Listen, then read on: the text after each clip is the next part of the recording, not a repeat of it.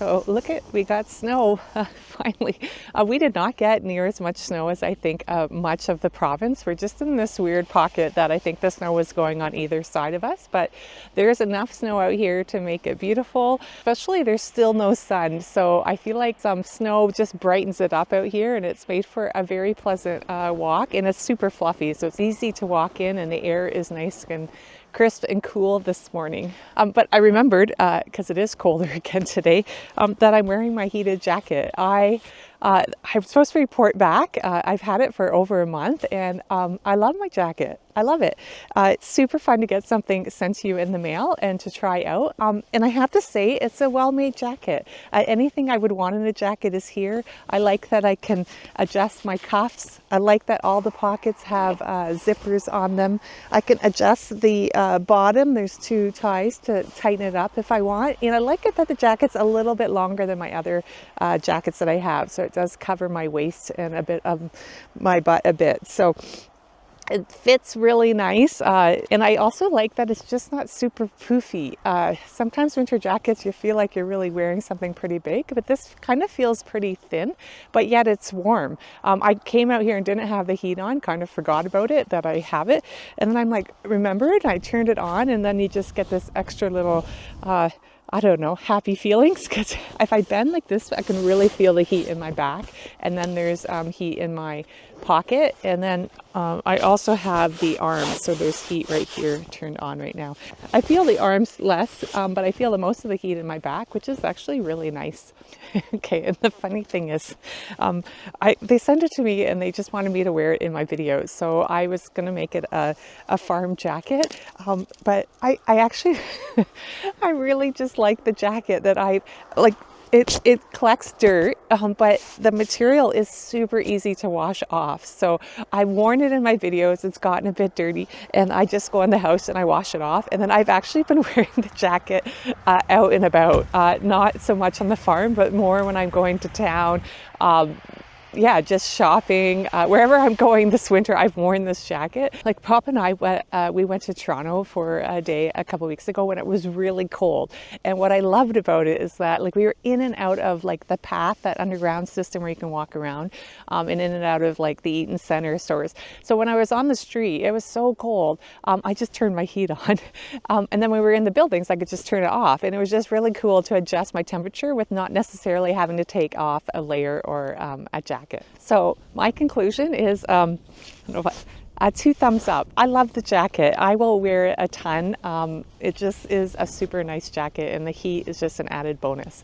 The only thing I regret is that I didn't ask for the vest. They offered the vest, but in terms of working on my farm, I think now that I've experienced the heat, a heated vest underneath my winter jacket or my old clothes that I put on when I'm working here, I think that would be so cozy.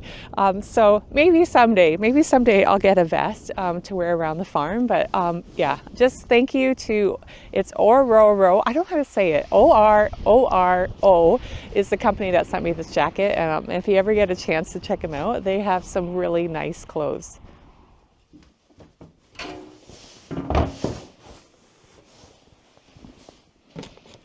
Okay, I'm trying. I don't know if I'm going to regret this.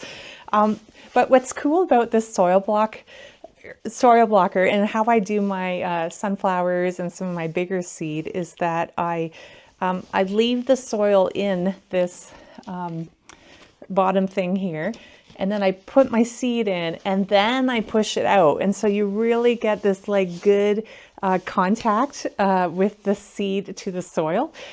So I'm seeding Lisianthus today, and it is a seed that has a coating on it because the seed is super, super tiny. So it's called pelleted seed, which is awesome because it's big enough when there's pellets on that I can just use my fingers to drop it in.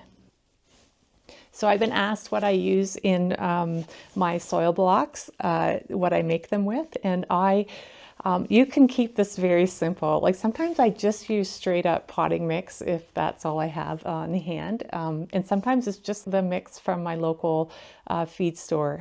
So today I have a leftover Pro Mix bag that I got from Canadian Tire last summer. I added in, because I think it makes healthier plants, and also it seems cheaper to mix in my own compost. And then I'm super pumped because I have a lot of worm castings ready. So I harvested some of them, and I put in the same amount of worm castings as I did my own compost. And speaking of water, one thing I'm doing different this year is the water that I added to my soil. I put the calcium in, the water soluble calcium that I made before Christmas.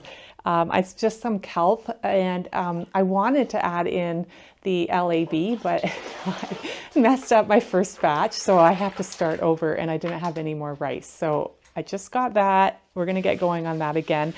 But this year I'm adding in those mosquito dunks right away.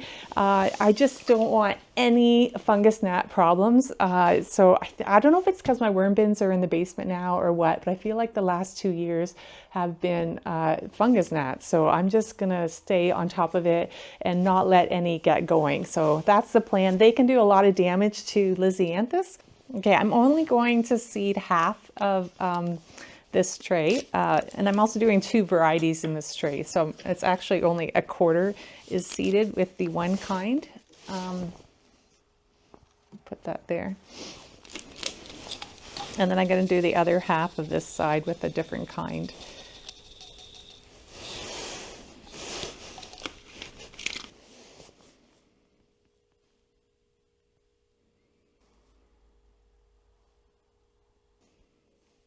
Okay, I've seeded half the tray because what I want to try this year, I want to see if I can seed the Lisianthus and then push out the soil blocks. I'm just worried that, I'm wondering if the pellets from the seed will stick to the soil blocker or not.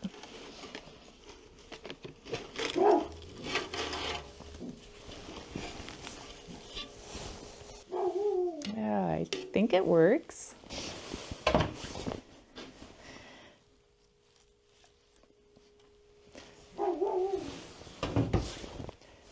Yeah, I think that works.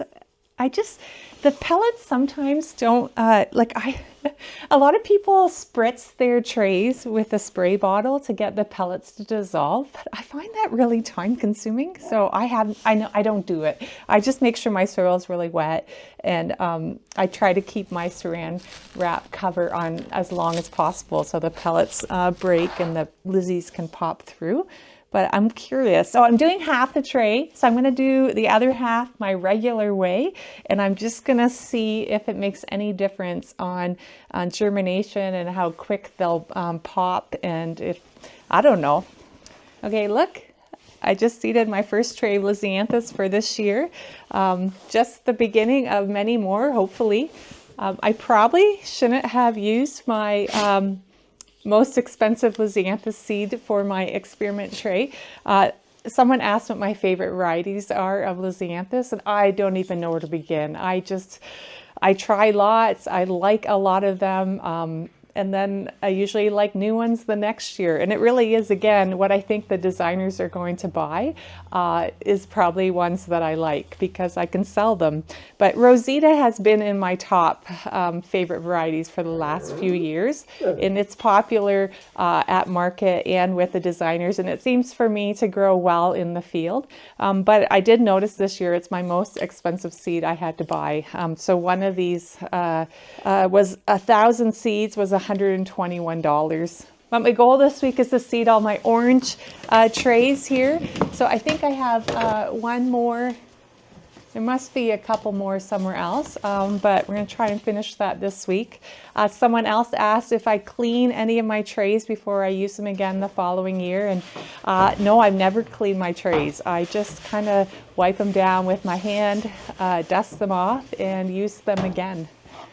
Yeah, so I'll just be over here seeding for the rest of this week and into next week. Thanks again for joining me this week. I hope you are having a good January, and we'll see you again next time.